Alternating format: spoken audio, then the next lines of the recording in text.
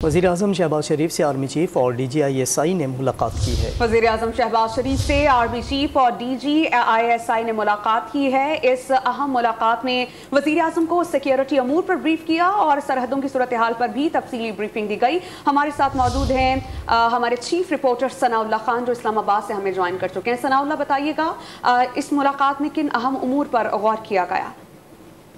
देखिए, एक तो वज़ीर-ए-आज़म हाउस से इस मुलाकात की जो ज़राए हैं तस्दीक कर रहे हैं और अभी इसकी तफसीलात तो जारी नहीं हुई, लेकिन सिर्फ इतना बताया कि मुल्क की सलामती से तो मुताल्लिक़ अमूर हैं, उन पर बातचीत की गई है।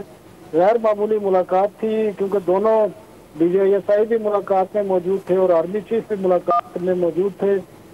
एक तो चीनी वज़ीर ख़ारजा दौरा कर रहे हैं पाकिस्तान का और अफगानिस्तान से मुताल्लिक़ यहाँ पर एक अहम मीटिंग्स भी होनी है, उस पर भी तबादला ख्याल किया गया है। इसके अलावा वज़ीर ख़ारजा का दौरा इंडिया भी है।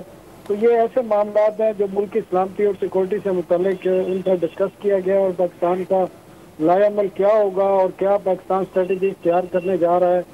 नए ब्लॉक की भी बातें हो रही थी पाकिस्तान से मुताल्लिक़ कि गुज़श्ता दिनों एक जो वज़ीर ममलिकत हैं ख़ारजा अमूर की, उनका भी एक नोट ओपन हुआ था जिसमें उन्होंने ये कहा था कि पाकिस्तान के लिए बेनिफिट यही है कि पाकिस्तान चीन के ब्लॉक में जाए और ये मगरब और अमेरिका के जो मामलात हैं उनसे अलग हो जाए।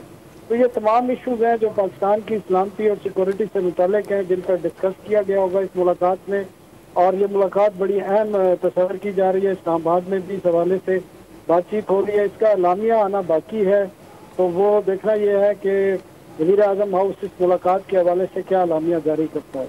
अभी एलामिया आना बाकी है। सनाउल्लाह खान, बहुत शुक्रिया, आपने हमें बहुत मुफस्सल अपडेट किया।